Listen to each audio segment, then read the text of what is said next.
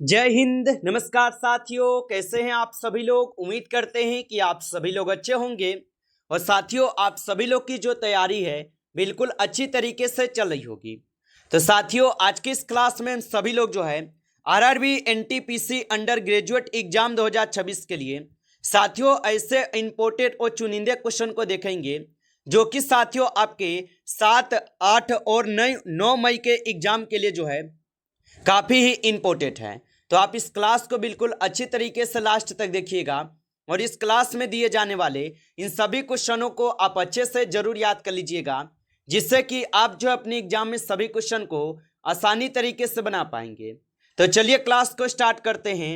उनसे पहले यदि आप इस चैनल पर पहली बार जुड़े हैं तो आप जो है इस चैनल को सब्सक्राइब कर लीजिए और सब्सक्राइब करके ऑल नोटिफिकेशन को ऑल पे दबा के जुड़ जाइए, जिससे कि जब भी कोई नई क्लास हो सबसे पहले क्लास का नोटिफिकेशन जो है आपके पास पहुंच सके। तो आप इस चैनल को सब्सक्राइब कर लीजिए, साथ ही साथ आप जो है इस क्लास को भी लाइक जरूर कर लीजिएगा।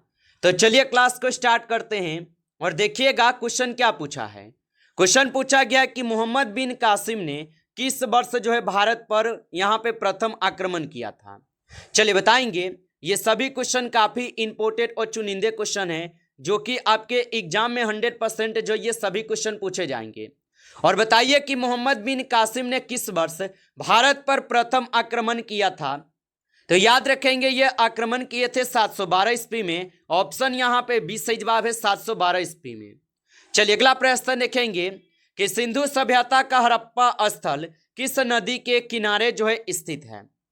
तो याद रखेंगे कि सिंधु सभ्यता का हड़प्पा स्थल किस नदी के किनारे स्थित है।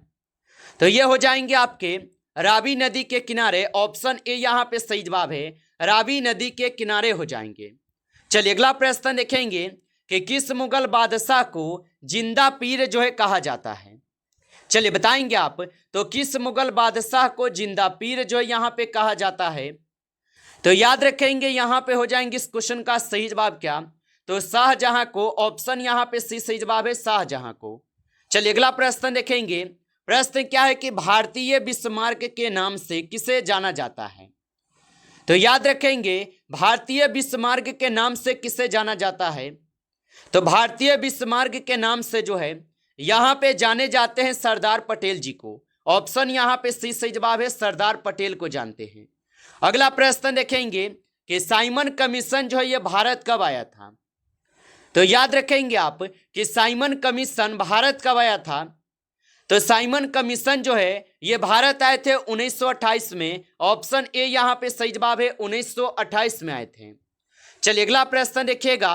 प्रश्न 1857 में मंगल पांडे का संबंध किस विद्रोह से है। तो याद रखेंगे कि 1857 में मंगल पांडे का संबंध किस विद्रोह से है।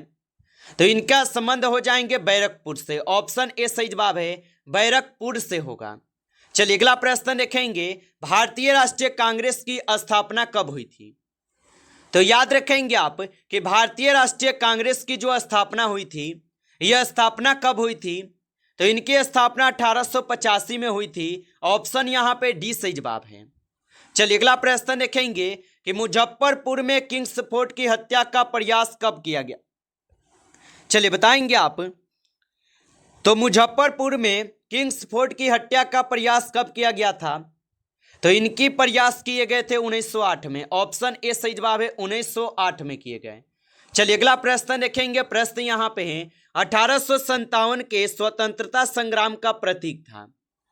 तो याद रखेंगे आप कि 1857 के स्वतंत्रता संग्राम का जो प्रतीक था ये हो जाएंगे आप सभी लोग का कमल और चपाती। ऑप्शन ए यहाँ पे सही जवाब है, कमल और चपाती होगा। अगला प्रश्न देखेंगे। प्रश्न है कि मुस्लिम लीग की स्थापना कब हुई थी। चलिए बताएंगे आप। तो मुस्लिम लीग की स्थापना कब हुई थी। तो याद रखेंगे मुस्लिम लीग की जो स्थापना हुई थी इनकी स्थापना हुए थे आपके कब। तो आप बताएंगे इनकी स्थापना 1906 में हुई। ऑप्शन ए यहाँ पे सही जवाब है, 1906 में हुई थी। चलिए अगला प्रश्न देखिएगा। और प्रश्न क्या पूछा गया है कि बेदरा का युद्ध जो है यह किस वर्ष लड़ा गया था। तो याद रखेंगे कि बेदरा का युद्ध किस वर्ष लड़ा गया था। तो बेदरा का जो युद्ध है यह लड़े गए थे 1759 में। ऑप्शन यहाँ पे 20 सही जवाब है, 1759 में होगा। चलिए अगला प्रश्न देखेंगे कि मौर्य वंश का संस्थापक कौन था। तो याद रखेंगे आप कि मौर्य वंश के संस्थापक कौन था। तो मौर्य वंश के जो संस्थापक थे यहाँ पे चंद्रगुप्त मौर्य थे। ऑप्शन ए यहाँ पे इस क्वेश्चन का सही जवाब है, चंद्रगुप्त मौर्य होगा। अगला प्रश्न देखिएगा कि चौसा का युद्ध किसके बीच जो है लड़ा गया। चलिए बताएंगे आप। तो चौसा का जो युद्ध है ये किसके बीच लड़ा गया था। तो चौसा का जो युद्ध है ये हुमायूं और शेरशाह सूरी के बीच लड़े गए। ऑप्शन यहाँ पे डी सही जवाब है, हुमायूं और शेरशाह सूरी के बीच। चलिए अगला प्रश्न देखेंगे कि सिकंदर ए सानी किसे कहा जाता है। चलिए बताएंगे आप। तो सिकंदर ए सानी जो है किसे कहा जाता है। तो सिकंदर ए सानी कहते हैं अलाउद्दीन खिलजी को। ऑप्शन यहाँ पे डी इस क्वेश्चन का सही जवाब है। चलिए अगला प्रश्न देखिएगा। प्रश्न है कि नौजवान सभा की स्थापना किसने की थी। चलिए बताएंगे आप। और आप अभी तक इस क्लास को लाइक नहीं किए हैं तो आप इस क्लास को एक बार लाइक कर लेंगे। नए जुड़े हैं चैनल पे तो चैनल को सब्सक्राइब करके ऑल नोटिफिकेशन को ऑल पे दबा के जुड़ जाइए, जिससे कि जब भी कोई नई क्लास हो सबसे पहले क्लास का नोटिफिकेशन जो है आपके पास पहुंच सके। तो आप इस चैनल को सब्सक्राइब जरूर कर लीजिएगा।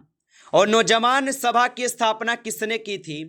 तो इनकी स्थापना किए गए थे आपके भगत सिंह के द्वारा। ऑप्शन यहाँ पे सी सही जवाब है। चलिए अगला प्रश्न देखेंगे। प्रश्न है वैशाली में विश्व का पहला गणराज्य किसके द्वारा जो यहाँ पे स्थापित किया गया था। तो याद रखेंगे वैशाली में विश्व का पहला गणराज्य किसके द्वारा स्थापित किया गया था। तो यह स्थापित किए गए थे आपके लिच्छवी के द्वारा। ऑप्शन यहाँ पे डी सही जवाब है, लिच्छवी के द्वारा होगा। चलिए अगला प्रश्न देखिए। प्रश्न पूछा है कि बक्सर का युद्ध जो है ये किस वर्ष हुआ था। चलिए बताइएगा। और आप अभी तक लाइक नहीं किए हैं तो इस क्लास को एक बार आप लाइक कर लीजिए। नए हैं चैनल पे तो चैनल को भी सब्सक्राइब करके ऑल नोटिफिकेशन को ऑल पे दबा के जुड़ जाइए, जिससे कि जब भी कोई नई क्लास हो सबसे पहले क्लास का नोटिफिकेशन जो है आपके पास पहुंच सके। तो आप इस चैनल को सब्सक्राइब जरूर कर लीजिएगा। और बताइए कि बक्सर का युद्ध किस वर्ष हुआ था। तो बक्सर का जो युद्ध हुआ था यह युद्ध 1764 में हुआ। ऑप्शन सी सही जवाब है। अगला प्रश्न देखेंगे। प्रश्न पूछा गया है कि नेहरू रिपोर्ट जो ये कब प्रकाशित हुई थी। तो याद रखेंगे आप कि नेहरू रिपोर्ट जो है ये 1928 में प्रकाशित हुई थी। ऑप्शन यहाँ पे 20 सही जवाब है, 1928 में। चलिए अगला प्रश्न देखेंगे। जलियांवाला बाग हत्याकांड के लिए कौन सा यहाँ पे जनरल उत्तरदायी था। तो याद रखेंगे आप कि जलियांवाला बाग हत्याकांड के लिए कौन सा जनरल उत्तरदायी था। तो यहाँ पे हो जाएंगे जनरल डायर। ऑप्शन यहाँ पे जो है सी इस क्वेश्चन का बिल्कुल सही जवाब है। अगला प्रश्न देखिएगा। प्रश्न पूछा गया है कि गांधी इरविन समझौता पर हस्ताक्षर हुए थे। तो गांधी इरविन समझौता पर जो हस्ताक्षर हुए थे इन पे हस्ताक्षर हुए थे आपके 1931 में। ऑप्शन ए सही जवाब है, 1931 में हुए थे। अगला प्रश्न देखेंगे। प्रश्न है कि पंचायती राज का संवैधानिक दर्जा कब जो है प्रभावी हुआ।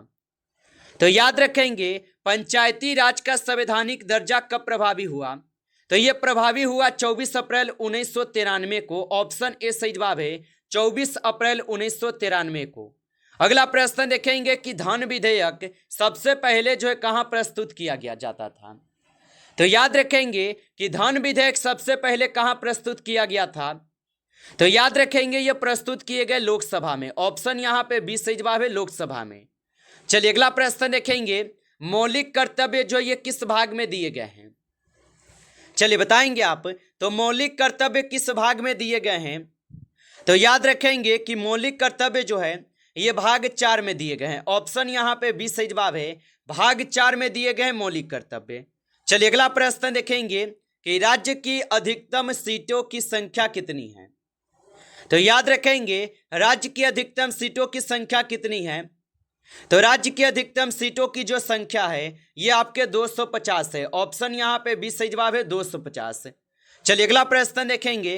भारतीय संविधान में समवर्ती सूची की अवधारणा किस संविधान संशोधन से ली गई है। तो भारतीय संविधान में समवर्ती सूची की अवधारणा किस संविधान संशोधन से ली गई है। तो याद रखेंगे ये लिए गए किस संविधान संशोधन से। तो आप बताएंगे ये लिए गए हैं आपके ऑस्ट्रेलिया के संविधान से। ऑप्शन यहाँ पे सी सही जवाब है। अगला प्रश्न देखेंगे, संघ की कार्यपालिका शक्ति जो है ये किस अनुच्छेद में से संबंधित है? तो संघ की कार्यपालिका शक्ति किस अनुच्छेद से संबंधित हो जाएगा? तो ये अनुच्छेद 53 से संबंधित है। ऑप्शन ए सही जवाब है, अनुच्छेद 53 से संबंधित है। अगला प्रश्न देखेंगे कि राष्ट्रपति का निर्वाचन किस अनुच्छेद से संबंधित है? तो याद रखेंगे राष्ट्रपति का जो निर्वाचन है ये किस अनुच्छेद से संबंधित हो जाएगा? तो ये संबंधित हो जाएंगे अनुच्छेद 54 से। ऑप्शन यहाँ पे डी सही जवाब है, अनुच्छेद 54 से होगा। चलिए अगला प्रश्न यहाँ पे है कि संविधान की किस अनुसूची के तहत संसद का प्रत्येक सदन शपथ या समर्थन लेता है? तो याद रखेंगे कि संविधान के किस अनुच्छेद के तहत संसद का प्रत्येक सदस्य शपथ या समर्थन लेता है? तो ये लेते हैं आपके तृतीय अनुच्छेद के तहत। ऑप्शन यहाँ पे बी सही जवाब है। अगला प्रश्न देखेंगे, प्रश्न है मौलिक कर्तव्य किस अनुच्छेद के अंतर्गत आता है? तो याद रखेंगे कि मौलिक कर्तव्य किस अनुच्छेद के अंतर्गत आता है? तो ये आते हैं अनुच्छेद 51 के क्लोज नंबर ए में। ऑप्शन यहाँ पे सी सही जवाब है, याद रखिएगा।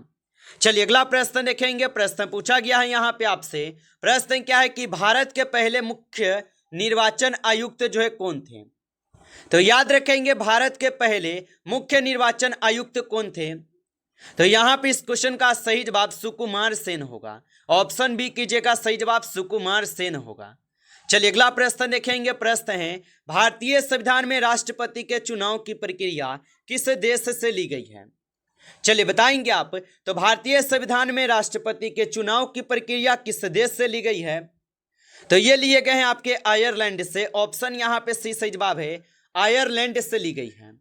चलिए अगला प्रश्न देखेंगे कि भारत के राष्ट्रपति को शपथ कौन दिलाता है? तो याद रखेंगे आप कि भारत के राष्ट्रपति को शपथ कौन दिलाता है? तो याद रखेंगे भारत के राष्ट्रपति को शपथ दिलाए जाते हैं भारत के मुख्य न्यायाधीश के द्वारा। ऑप्शन यहाँ पे जो है 20 क्वेश्चन का सही जवाब है, भारत के मुख्य न्यायाधीश के द्वारा। अगला प्रश्न देखेंगे कि वित्त आयोग का वर्णन किस आर्टिकल में जो है यहाँ पे किया गया है? तो याद रखेंगे कि वित्त आयोग का वर्णन किस आर्टिकल में किया गया है? तो यह किए गए हैं आपके आर्टिकल 280 में। ऑप्शन यहाँ पे जो है 20 क्वेश्चन का सही जवाब है। चलिए अगला प्रश्न देखेंगे और प्रश्न क्या है कि मौलिक अधिकार को किस संविधान से लिया गया है? तो याद रखेंगे मौलिक अधिकार को किस संविधान से लिया गया है? तो ये लिए गए हैं अमेरिका के संविधान से। ऑप्शन ए सही जवाब है, अमेरिका के संविधान से लिए गए हैं। चलिए अगला प्रश्न यहाँ पे है कि दोनों सदनों की संयुक्त बैठक का प्रावधान किस आर्टिकल में जो है किया गया है? तो दोनों सदनों की संयुक्त बैठक का प्रावधान किस आर्टिकल में किया गया है? तो ये किए गए हैं आर्टिकल 108 में। ऑप्शन यहाँ पे डी सही जवाब है, आर्टिकल 108 में है। नमस्कार साथियों, इस क्लास में आपके टॉप 35 क्वेश्चन थे जो काफ़ी इंपॉर्टेंट क्वेश्चन थे ये सभी क्वेश्चन। साथियों यदि आपको क्लास अच्छा लगा हो तो आप इस क्लास को लाइक कर लीजिए। नए जुड़े हैं आप इस चैनल पे तो चैनल को सब्सक्राइब करके ऑल नोटिफिकेशन को ऑल पे दबा के जुड़ जाइए, जिससे कि जब भी कोई नई क्लास हो सबसे पहले क्लास का नोटिफिकेशन जो है आपके पास पहुंच सके। तो आप इस चैनल को सब्सक्राइब कर लीजिएगा। चलिए फिर मिलते हैं आपसे एक नेक्स्ट टॉपिक के साथ नेक्स्ट क्लास में। तब तक के लिए जय हिंद, जय भारत।